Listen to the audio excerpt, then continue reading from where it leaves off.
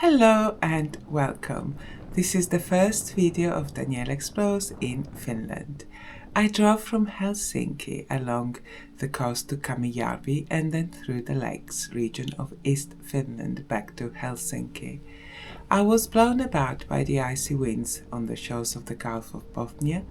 I drove in the middle of birch, pine and fir tree forests, and I stood watching the sunset on icy lakes. It was an epic trip. Finland landscape inspired a storyteller in me, and I will publish a collection of short stories soon. But how can I describe Finland and how this land of endless forests and icy lakes shaped the people that inhabited it since prehistoric times? I think the best place to start is mythology. Myths are the way people keep record of their environment, the knowledge they have acquired, and through the actions of their heroes, myths draw a map of the evolution of a people's values. So, in this video, I will tell you about the adventures of Ilmatar, her sons Väinämöinen and Ilmarinen, and Louhi, the hostess of Pohjola, the mistress of Northland. They are some of the heroes and protagonists of the Kalevala. The Kalevala is a collection of runes or poems, songs of the Karelian people that became the national epic of Finland. The Kalevala is a living and breathing record of the history of a people and is also great fun to read. The Kalevala has about 50 rune poem songs. Here I will mention just a few that I think highlight how the ecology of Finland shaped the mysticism, the traditions and the values of the people. The Kalevala begins well at the beginning of everything. In the beginning there was Ether, the sky, the cosmos before creation.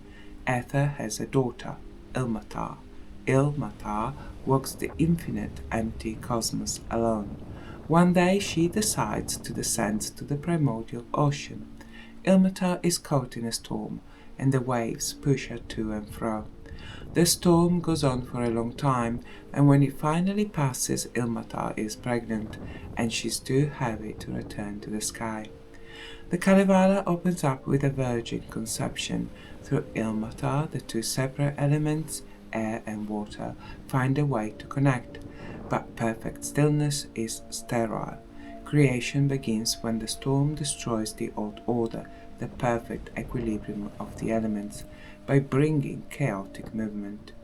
Interestingly, a virgin conception appears one more time in the Kalevala, and it marks the arrival of Christianity and the beginning of a new era. Mariata, the Virgin Mother, gives birth to a child. The child challenges the old wisdom, and the people rejects the old ways, and the hero of the Kalevala is forced to leave. This time the destructive creative force takes the shape of words spoken by an innocent child, rather than a fierce sea storm, but the idea behind it is the same in my opinion. The equilibrium of the old order must be destroyed for a new era to begin. The idea that creation follows destruction would have been familiar to a people that had transitioned from hunter-gatherer economies to swidden, cut and burn cultivation. But a recurring idea is also that destructions must be tempered. The storm does not destroy Ilmatar. Later on, when our hero clears the forest for cultivation, he leaves a tree standing. But back to the beginning. Ilmatar has become the water mother. She swims the oceans sad and alone. She asks for help to Ukko, the supreme god, but Ukko is silent. One day Ilmatar spies a duck in the sky. She lifts her knee out of the water. There the duck makes her nest and lays her eggs. Ilmatar shakes and the eggs fall and crack open, and creation begins. From the eggs emerge the sun, the moon, the stars, the clouds and the land. But Ilmatar is still pregnant, and in her labor pains she shakes, and where her limbs hit the wood, islands, bays, lakes and deep caverns come into being. Finally, Ilmatar gives birth to the hero Väinämöinen. Väinämöinen swims to the shores of the Kalevala. The land is empty and lifeless. He asks for help, and Samsa Pellevoinen, the Halja or god of vegetation, comes to our hero's aid.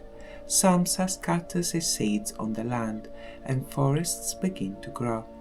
One day Väinämöinen spies 3 and 4 maidens gathering grasses by the seashore, but suddenly there is a disturbance in the water, and the giant Ikkutorso, a creature of Hisi, the evil principle, the lord of mischief and mayhem, emerges from the sea.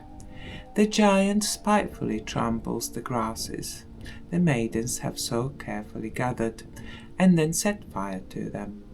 The giant Ikkutorso takes Samsa Pellevoinen's 1 seed that has not sprouted.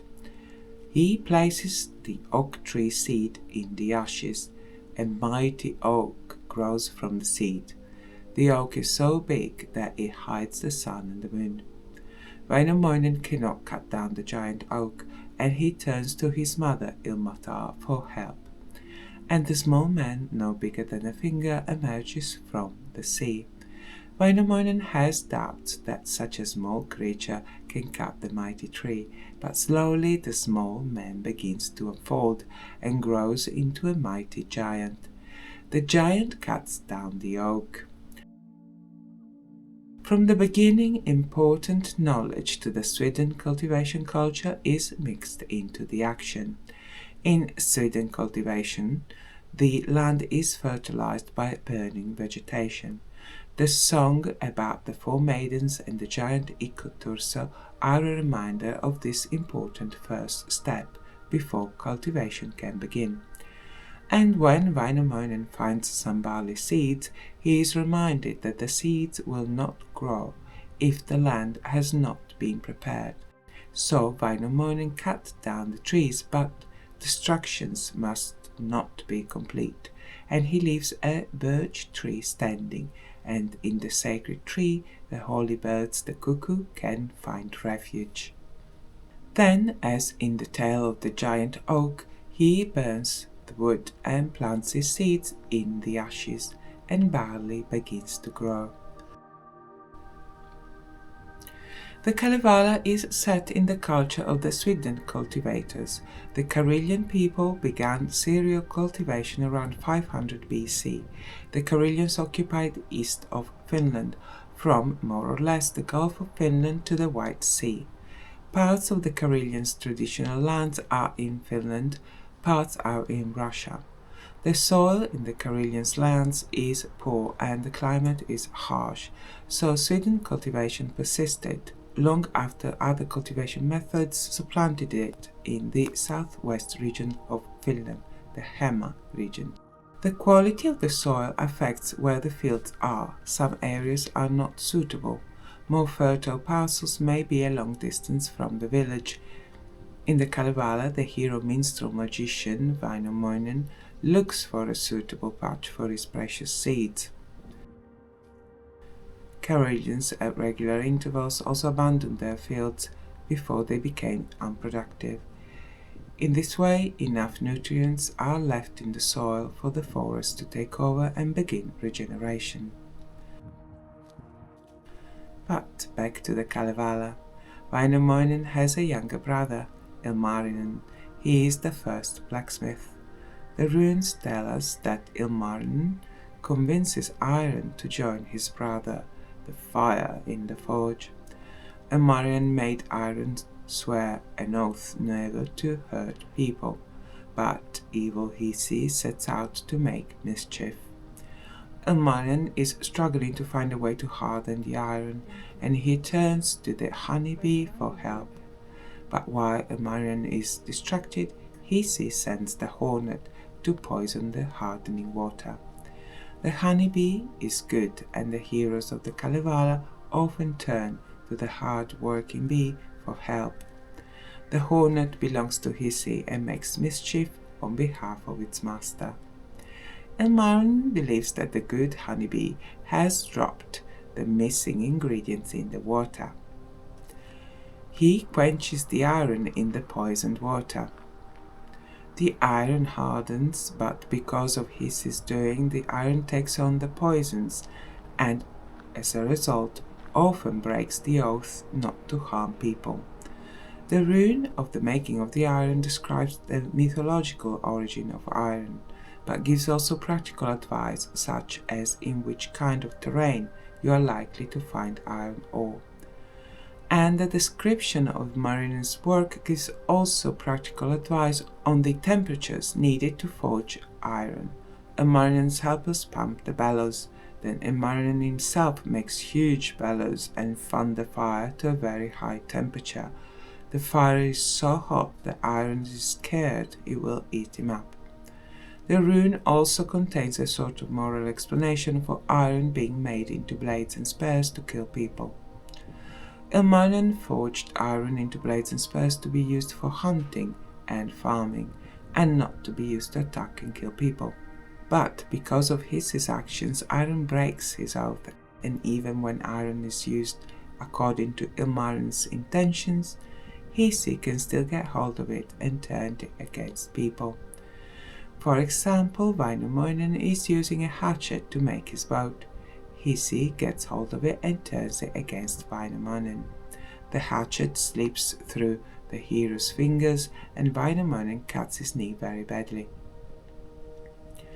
The rune then describes how to stop a wound from bleeding. It includes the incantation and invocation to Ukko, the supreme god, the making of a special ointment for healing the wound, and how to bandage it. The runes also gives insights into marriage customs. In the runes, Väinämöinen tries to find a wife twice. He wants to wed Aino. Aino's mother is in favor. Väinämöinen is the great minstrel magician. It is a good match. Aino doesn't want to marry the old hero. Aino's mother does not listen to her daughter. Desperate Aino goes swimming with the mermaids in the freezing cold ocean. The rune ends with a warning from the grieving mother to all mothers. Wedding arrangements that could strengthen relations among the communities and bring prosperity will end in disaster if the girl is not willing. The second time Väinämöinen tries to win a girl does not end up well either. Väinämöinen has his eye on the beautiful maiden of the rainbow, but while courting her he gets into trouble. Väinämöinen asks Louhi, the hostess of Pohjola, the mistress of Sariola, ancient toothless dame of Northland, for help. Louhi rescues Väinämöinen, but in exchange she wants the Sampo. Louhi also offers a daughter, the maiden of the rainbow, as a bride to the man that can forge the Sampo. Väinämöinen cannot forge it, but his brother can. So Väinämöinen promises that Ilmarinen, the blacksmith magician, will forge the Sampo for Louhi. Ilmarinen is not happy that his brother roped him into forging the Sampo to save his own skin, but he goes to Sariola and begins to work anyway. In the translation I've been using, the Sampo is described as a magic, multicolored lid that grinds flour, salt and honey. Ilmarinen forges the Sampo and asks for Louhi's daughter's hand in marriage, but the maiden of the rainbow refuses, so Ilmarinen goes back home empty-handed, this time. In later runes, the maiden of the rainbow agrees to marry Ilmarinen. The wedding runes describe how to get a wedding feast ready and how to make and store beer. The rune also describes the bride's family sorrow. The family mourns the loss of the maiden. The said farewell is followed by the celebrations welcoming the bride to her new home, where she is sort of reborn as the wife and mistress of the household.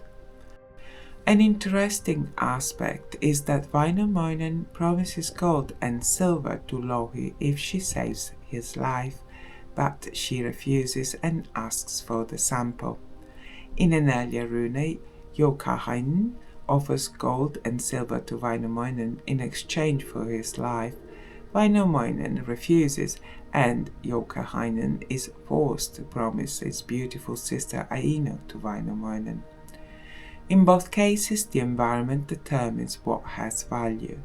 In the swidden cultivation culture, communities are small and often some distance away from each other. Finding a wife outside the group is beneficial.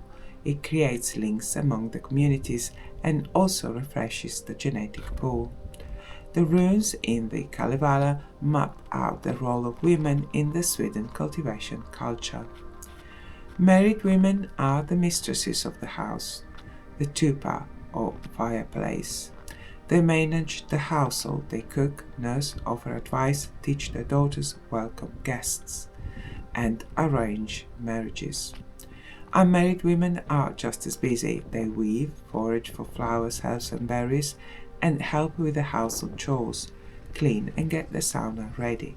But unlike their mothers, unmarried women have a bit more free time. They meet with friends and go dancing, where they can meet young men and possible suitors. The challenges of the Finnish land and climate determines that a marriage to a good woman and therefore a good household manager is more valuable than stores of gold and silver. In a similar way, Louhi is not interested in Väinämöinen's gold and silver. She wants the Sampo. The Sampo makes flour, salt and honey in abundance. A storeroom full of food in the middle of winter has a greater value than any amount of gold and silver. In the north, it is too cold to grow crops like wheat and barley. Louhi is the mistress of the Northland. Her people need wheat and barley. There is plenty of meat from hunting and herding, but people need salt to both preserve the meat and in their diet. And honey for healthy childhood growth, as a source of energy, for preserving and for making medicine, and of course, sweet cakes. Again, the land and climate of Finland define what has value in the eyes of the people.